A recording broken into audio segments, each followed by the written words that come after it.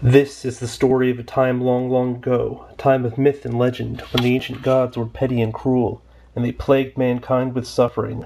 Only one man dared to challenge their power. Kratos. Kratos possessed a strength the world had never seen before, strength surpassed only by the rage that fueled his heart. He journeyed the earth, battling the minions of his wicked former master Ares, and Zeus, the all-powerful king of the gods. Wherever there was evil, wherever an innocent would suffer, there would be Kratos. I will have my revenge. Watch this review here where they look at Kratos from NECA's God of War 2 line.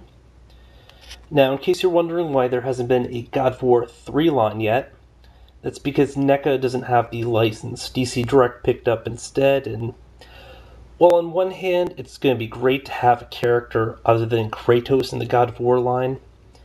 All the figures are basically like statues, so I'm not that enthusiastic, but we will be seeing a Zeus, a Hercules, and a Hades to start with, which I believe are all up for pre-order right now. While I haven't always been NECA's greatest fan, they do bring us pretty decent likenesses of characters with a good amount of detail and, a little bit of articulation. By the way, I'm not really going to talk so much about the character in this review. I have a God of War franchise review that I'm going to be tossing up probably at the same time, so you can just look to that instead. But as far as articulation goes, I think Kratos kind of got a little shafted. Now, he's been out of pack for quite a while. I have the head of Medusa or whatever Gorgon.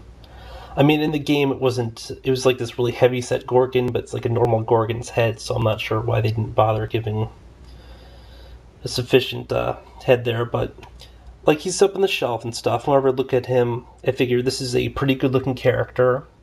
I'm pretty enthusiastic and stuff, but whenever I pick him up, there's really not much you can do with him, which is a kind of major downside. Instead of like being able to mess with my figures, pose them, have like fight scenes or stuff break out, like have the Ares from the DC Universe Classics fighting him, but I mean you can't put him in like crouching positions or anything just because the kilt kind of gets in the way. It's like a thicker rubbery plastic and the legs just don't seem all that responsive. Like they'll go up a little bit. I mean it's like a hinged leg here, and then we have a spin here at the thigh. So I mean it's sort of a restrictive motion. I mean given that you're putting a kilt in the character, you'd think that they would just do something like toss a ball joint there, but no such luck. So I mean I'm really at a loss of like how to pose him for like some of the real action stuff, but the upper body work is pretty decent, and as mentioned, the detail is pretty cool. You'll notice that there's a lot of little hairs and stuff or whatever on, I don't know what you'd call it. I guess you'd call it a kilt or something, but And then there's a really nice metallic finish to the armor pieces. This is the golden fleece, which he uses to reflect magical attacks and stuff. You'll also notice there's really cool detailing here on the belt. Very neat. When I first picked up this figure, I wasn't so fond of the body flesh paint, but it sort of grows on you. Basically, I think it was like a sort of neutral gray body, and then they just splashed some white paint over there, not completely covering it, so they'd get a nice shadowy effect. And the red portions they did fully paint in, so the tattoos do show up well. There's really a good whatever. Now, unfortunately, because I did pick him up online, I got him from toysrus.com, I believe. I mean, I wasn't able to like cherry pick through these, so this one has a minor defect on the head. But, what can you do? Now, NECA released a lot of different Kratos figures, I think like 4 or 5 for each game. Most of them basically look like they have the same body sculpt, I believe, with, the obvious exception of like the God Armor Kratos, which I still am kicking myself for passing up the one time I saw it in stores. But, I decided to go for a more default look for the character, and, this is the look that he sports for much of the game. Let's take a quick look at the Blades of Athena here, not to be confused with the Blades of Chaos, despite looking the same and serving basically the same function. These are the blades that Athena gave to him after he lost his Blades of Chaos at the end of the first game. Nicely detailed. Paintwork looks a little bit off in places, but it's a nice weapon. And quickly in terms of articulation, first off I have to mention the fact that I don't really like the way that his wrists are kind of posed. And plus, he can't do a fist pose, and you have to kind of stretch the plastic a little bit to get the sword in there, so this one is constantly falling out. Kind of a pain. But as you can see, it's not a really flattering look, the angle it's at. Now we have a single pin joint here at the elbow. We have a point of rotation up here at the upper bicep, which, honestly, I've never actually gotten to go right. Now, I believe it's sort of missing on this one, just because you don't really feel it, but I think it might just be another really stiff joint, because you do see there's a place for it.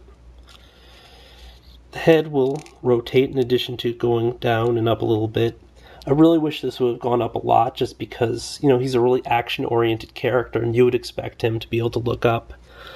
Also, regrettably, no ab/diaphragm or torso movement, which again, for a more agile character would be essential, but we do have a point here at the waist.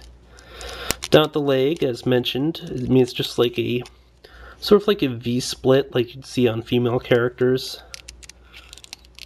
But then after that, that's why he kicks out in this sort of an angle instead of just kicking out straight. It also means he can't kick out to the side, which kind of sucks, but he kind of gets an okay, this is Sparta going on here.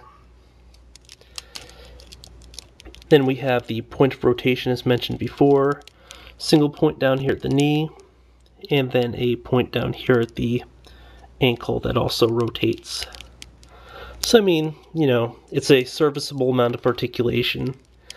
Decent paint, pretty good detailing. You'll notice little sort of errors here and there, and you'll notice there's sort of a seam just running along the legs, which, really is kind of chintzy looking, but the upper body is really solid, and, it is a pretty decent figure despite the minor flaws and the kind of lack of articulation. Would I say that this is the Kratos to buy? I don't know for sure, just because there are a lot of them available, but all the NECA Kratoses are pretty cool and stuff, and, it's probably worth picking up one if you're a fan of the series, even if you're not necessarily, just because he has a really cool and dynamic character design. I also just love the look of the Golden Fleece, which is another reason why I opted for this one. But yeah, until next time, folks, be sure to check out my God of War franchise review, which is probably live as we speak.